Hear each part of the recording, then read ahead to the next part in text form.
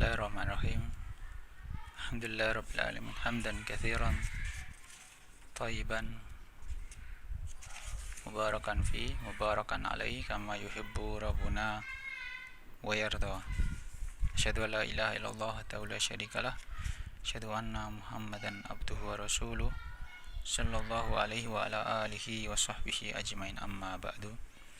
Ini adalah pertemuan kedua dari pembacaan kitab belajar tasrif sistem 20 jam. Ini berarti jam yang kedua. Kita masuk ke tanda-tanda isim dan fi'il. Tanda-tanda isim dan fi'il. Untuk memudahkan mengenal isim dan fi'il terdapat beberapa tanda yang dengan tanda tersebut kita bisa memastikan isim dan fi'il sekalipun belum tahu artinya, ya. Jadi kalau misalkan yang sudah mempunyai hafalan kosakata mufrodat itu bisa mengenal isim dari makna artinya. Namun apabila yang belum ada hafalan itu bisa kita mengenal, ya, mengenal walaupun sebetulnya tidak bisa memastikan, ya, isim dan fiil. Yang pertama adalah tanda-tanda isim. Yang pertama berakhiran kasrah seperti bismillahirrahmanirrahim. Ini semua isim. Yang kedua berakhiran tanwin, baik itu tanwin dhammah, fathah atau kasrah, ya, dhammatain, fathatain, kasratain, seperti baitun, baitan, baitin, ya. Jadi kata baitun itu bisa dhammah tanwin, kasrah tanwin, fathah tanwin, kasrah tanwin. Ini baitun, baitan, baitin. Nanti tergantung di mana posisi kedudukan isim tersebut. Jadi nanti ada yang dinamakan dengan i'rab. Ini belum kita pelajari. Yang ketiga berawalan alif lam al, baik alif lam qamariyah atau alif lam syamsiyah. Seperti untuk alif lam qamariyah, alhamdu, al-kitabu, al-Qur'anu. Apabila tidak ada alif lamnya itu dibaca hamdun, kitabun, Qur'anun. Kemudian yang alif lam syamsiyah, an-naru, asy-syamsu, as-sami'u. Ya, kalau tidak ada alif lamnya jadi narun, syamsun, sami'un. Kemudian untuk mengetahui isim kita bisa memperoleh dari dua cara. Yang pertama dilihat dari artinya. Apabila artinya ternyata menunjukkan kata benda atau nama, ya, baik nama orang, nama hewan, nama kota, itu kita mengetahui bahwa kalimat itu adalah kalimat isim. Misalkan seperti ini tidak ada harokatnya, ya.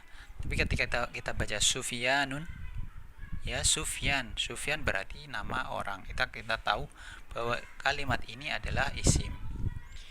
Kemudian yang kedua melalui tanda-tanda tersebut di atas, ya, tanda-tanda tersebut ini. 3 tanda tersebut di atas.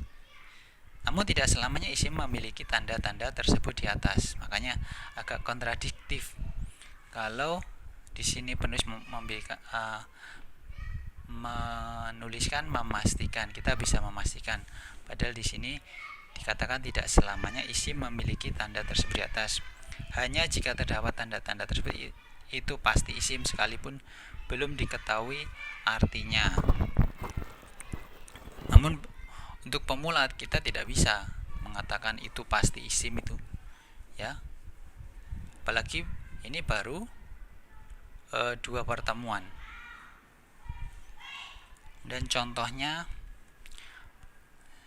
berikan contoh maliki yaumiddini. Kita lihat maliki yaumiddini, 3 kalimat tersebut pasti isim, ya, kalau ada harokatnya, ya. Kalau harokatnya, namun apabila sebagai pemula tidak ada harokatnya, kita nggak tahu cara bacanya, maka belum dipastikan itu isim. Akan tapi bila diberikan harokat kasroh, karena sesuai dengan materi bahwa tanda-tanda isim berakhiran kasroh, maka 3 kalimat tersebut pasti isim karena berakhiran kasroh.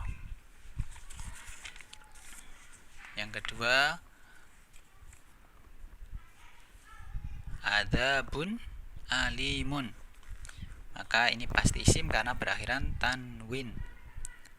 Ya, tanwin, yakni domah tanwin, tanwin domah. Yang ketiga, as-sami'ul basiru, pasti isim karena berawalan alif lam. Dan yang empat, Usmanu, pasti isim karena nama orang sekalipun tidak terdapat tanda-tanda isim. Dan selanjutnya adalah tanda-tanda fiil. Tanda-tanda fiil yang pertama diawali lafadz qad yang artinya sungguh. Ya, contohnya adalah qad qamatis salatu.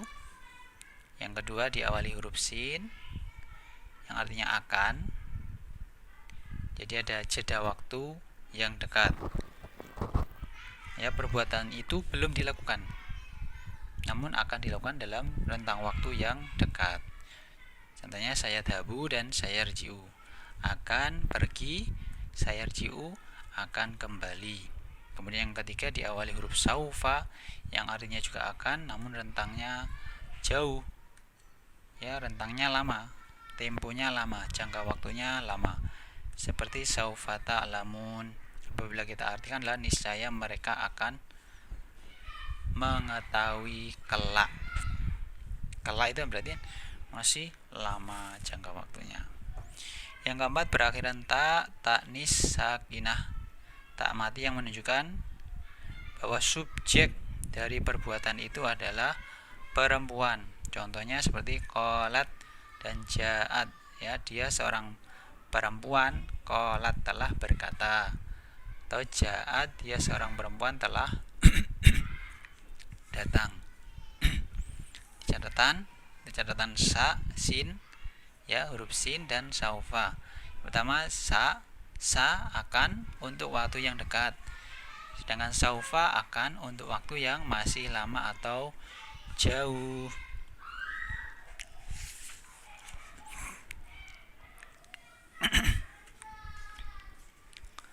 Nah, untuk mengetahui fiil kita bisa memperoleh dengan dua cara. Yang pertama dilihat dari artinya, menunjukkan kata kerja. Seperti yaktubu, ya, menulis. Kalau kita tahu artinya adalah menulis, maka menulis adalah pekerjaan, suatu perbuatan. Oh, berarti ini fiil. Yang kedua melalui tanda-tanda tersebut di atas. Kemudian untuk pembahasan tak, karena disebutkan tak nisakinah, maka disebutkan tak ada dua macam, yaitu tak marbutoh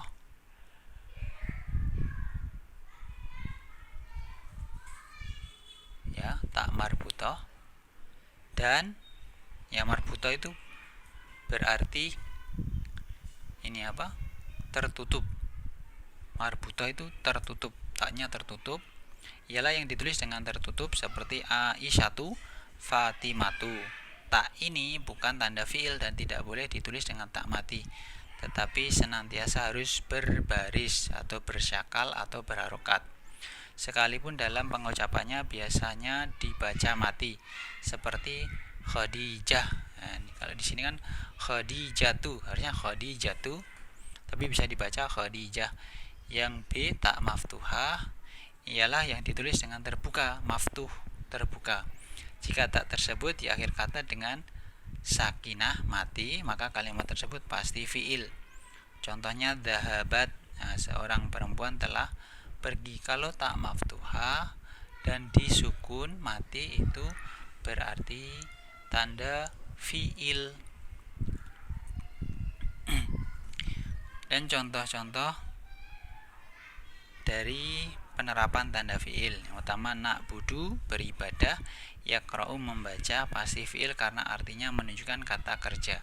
Itu jika kita tahu artinya terlebih dahulu, maka kalimat ini merupakan fiil. Na'budu dan yaqra'u adalah fiil. Kemudian yang kedua, qad aflahal mu'minuna. Lafadz aflaha pasti fiil karena didahului oleh qad, ya, qad aflaha. Al mu'minuna itu isim. Dan selanjutnya sayasla. Sayasla, lafadz yasla pasti fiil karena didahului dengan sin, ya, sa. Sayasla.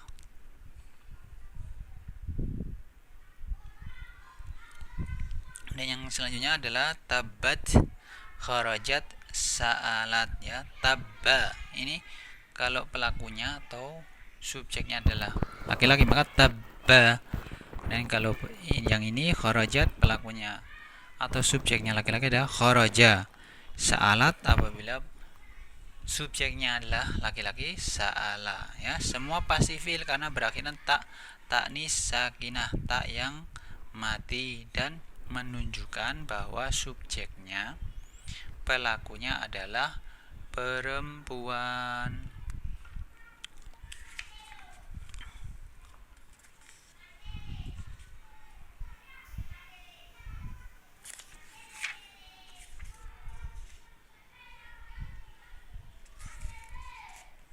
Ya, kemudian untuk selanjutnya akan kita baca pada pertemuan ketiga insyaallah taala. Barakallahu fikum. Assalamualaikum warahmatullahi wabarakatuh.